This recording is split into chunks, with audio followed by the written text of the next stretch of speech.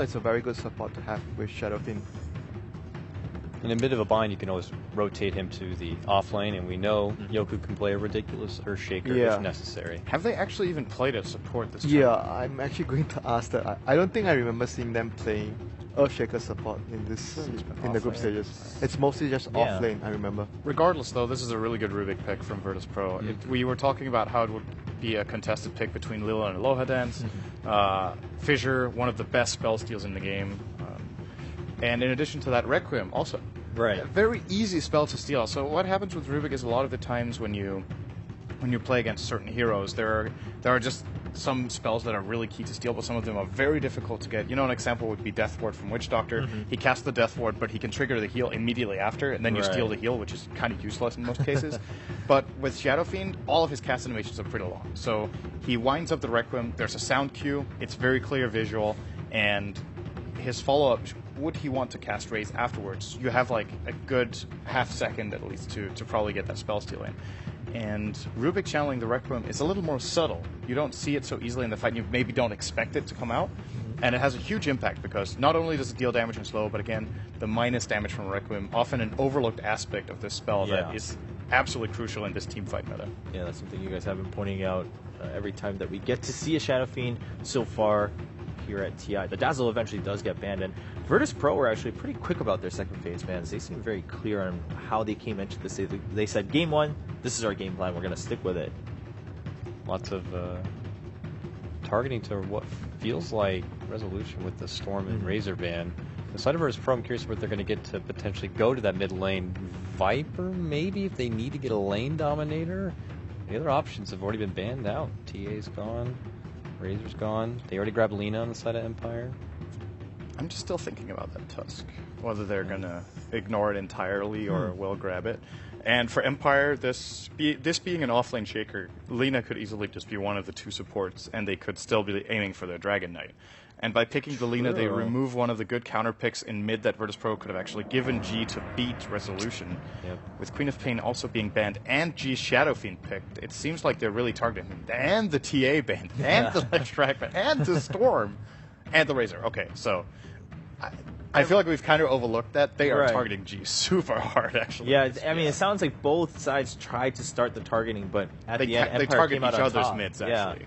But Empire came out on top because they got to secure the SF and then the Lina. So I think that's what's throwing VP off a little bit, maybe. I don't know if they were expecting this Lina pick this early, hoping to secure it for themselves, perhaps.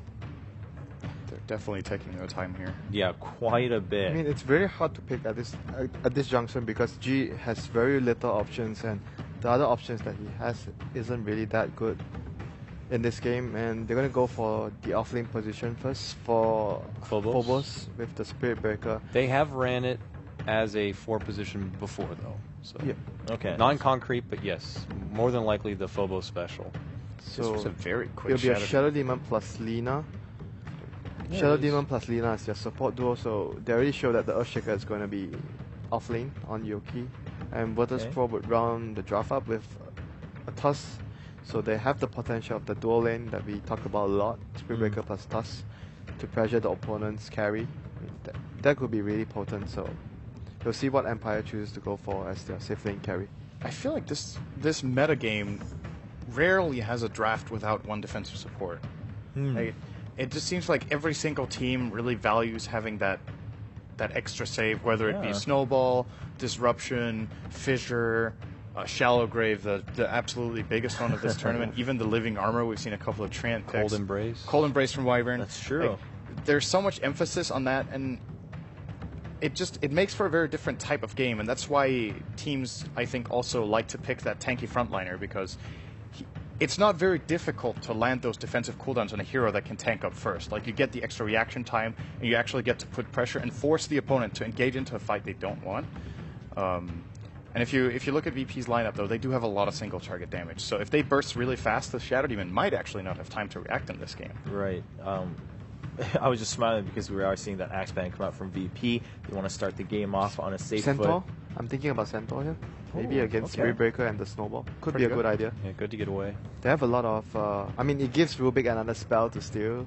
That would make it a core shaker, or a support shaker, though, which I doubt they're going to do. think their last pick That's is like for... a big shuffle then. Oh, were you saying for Safe Virtus? I'm actually talking about Empire. Yeah, because for correct. Empire, I think we still need Silence Hero, right? Unless it's a mid lane Lina, safe lane safe Shadow lane Yeah, Centaur. yeah, I mean safe lane Safe lane Centaur. Centaur, yeah, okay. But Sorry. There it is. Centaur. Oh, that's That's not. They have gyro and silencer. okay. This might be... Is that a mid lane Yeah, gyro? it's a mid- no, no it's a mid mid lane silencer silencer. and a safe lane Okay. gyro. Oh, interesting. G's gonna play it though. Usually Illidan. Right. I mean, that's kind of Illidan special right there for Yeah, VP. you've seen it enough. You talk about the I'm you curious talk what about the your- defensive supports, but with Silencer it's gonna be Yeah. difficult. I'm curious, so how do you view the Silencer versus Shadow Fiend matchup? Because I'm actually not completely sure who to expect should win this lane. Well, Spirit Breaker is I think quite the Spirit headache. Breaker's going to win Well, this. it's quite the headache for Shadow Fiend. Yeah, He's I probably think going to having be the there a Spirit lot. Breaker there, I think Yeah. Silencer would probably have the edge because Shadowfiend has to play. But then again, it's a Radiant Shadowfiend, so he can catch up if things don't go right for him. Luckily, Silencer does have Alright. the pure damage, so that'll help. All right, well, a bit of a twist there at the very end, but we're kicking off a best of three, ladies and gentlemen. Super important match between Virtus Pro and Team Empire fighting for that upper bracket spot. So Shadow Poison on Shadow Demon. Lina obviously has a pretty good amount of spam too, if you want to try to stack it up a little bit for resolution. I like the Ember pick because Was it's it a very first pick elusive, for Shadow and he has a Demon? lot I of think I've ways seen of getting the out of hero. Spirit Breaker ganks.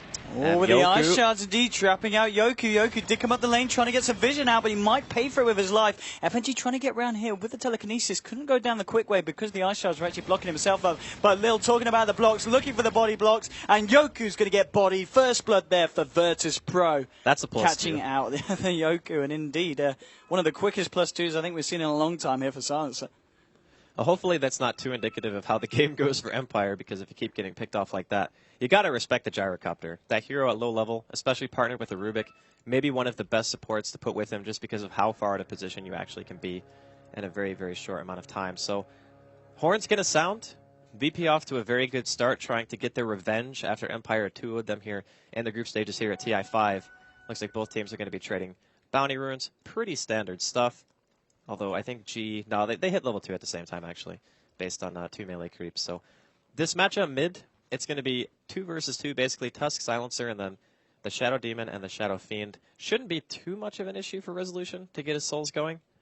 And then bottom lane, we're going to have off lane Spirit Breaker versus the Lina and the Ember.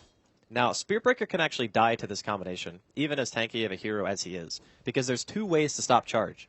So Phobos is going to have to be very aware of that as this lane plays out. I'm sure Phobos will be well on top of it. And mid lane, going in on to always want to fly with the ice charge. Actually blocked up in the damage here from these glaives.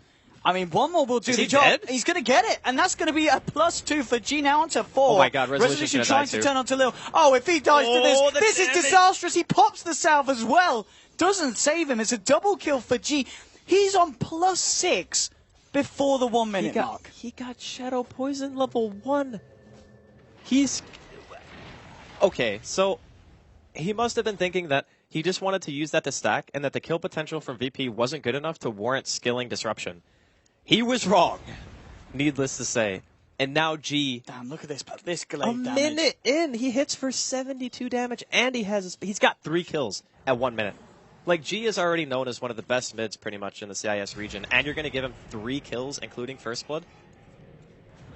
I mean, Resolution as well. That is down to his last shared tango. Always want to fly. He's got a few more to give him, but it's going to be on cooldown. And what a start here for G. One of the best starts that he could have hoped for. I mean, other lanes as well. How's it going for the side of VP? Well, DK Phobos, he's found himself a few CS now. Just trying to trade blows here with a low hard dance. Has got a charge, but yeah, he's not going to be able to get it off there with Silent in the neighborhood with those Searing Chains waiting and available. But yeah, 3 for 0. Always want to fly, able to grab himself that invis. Not really going to be able to do too much with it, though, as he has still yet to hit level 2 and grab himself the disruption. Yoke on the off lane, level 2. Illidan's farm, 9 for 3. Pretty much, yeah, it's pretty much bang on here with Silence as well. So it is just this mid lane in which we're seeing Empire effectively get crushed. Well, fortunately for Resolution, Shadow Fiend is amazing at recovery. So even if the early laning phase goes extremely bad, which I think it's fair to say it is right now, you can still always count on the fact that with a couple of jungle stacks and a little bit of AFK farming, you'll be able to bring yourself right back into the game. So always want to fly, waiting for that level 2. He's still got the Invis rune, so he's got Disruption available. They might be able to turn this on G, but Resolution, he only has enough mana for 2 raises right now. Always want to fly. He's just going to back up, realizes that the opportunity isn't going to be there for him. And G still is farm. 11 for 1, 13 for 1. Resolution looking good, but now with the snowball, Resolution's in a lot of trouble. Where's the disruption? Oh, Yoku's going to be there. Wow, that was got the Fisher available, and they don't die for it. He's going to be fine. Okay. It's a double uphill miss. Pretty unlucky from G, but I'm not sure even if he hit both of those attacks that they would have had the damage to kill. Resolution still down to that last tango, and he's still a few hundred away from picking up the bottle. So in a bit of a precarious position at this moment. Wrap around coming in from Lil. Moving into the Radiant jungle. He's going to find Joku here, but I don't quite. He's going to need to be careful. There is a Shadow Demon here as well. Lil might have overstepped the mark here with the disruption setup. Yoku, he's got enough for the 1-2, but they wait for it. Very nicely done. Yoku knew the snowball was going to come out immediately, and now holding back their spells. They'll let all loose now, and they will be able to find that Lil kill there. SD crediting himself with the kill. Now finally getting themselves on the board. Definitely nice. Kicking Lil out of their side. But this middle matchup, man, G's level 5. Resolution is barely short of level 4 at this point. And the matchup never really gets any better for the Shadow Fiend. Like, you're always just going to continually get harassed as you show yourself in lane. So he really is relying on rune control, Bottle Crow, and the ability for his supports to stack for him. And right now, they got the dual stack going on. He really needs to hit level 5, I think, before he can start doing stacks if he wants to try to do them at least with some efficiency. His level 2 raise only does 175 damage. It's not really that good. But he's really hurting right now. G just coming in with those pure damage slaps. Bottom lane trying to go in onto Phobos here. They will hit the Light Striker Array and the Dragon's Slave. He's already used the charge here. Silent just going to look to chase this down, and they will be able to find the kill onto Phobos there. So the second kill on the board now for Empire. Silent claiming that one, and he is top of the CS. Still just level with Illidan at the moment. Very, very close between these two carries. In the mid lane, FNG. I can't quite believe it. He gets himself out with a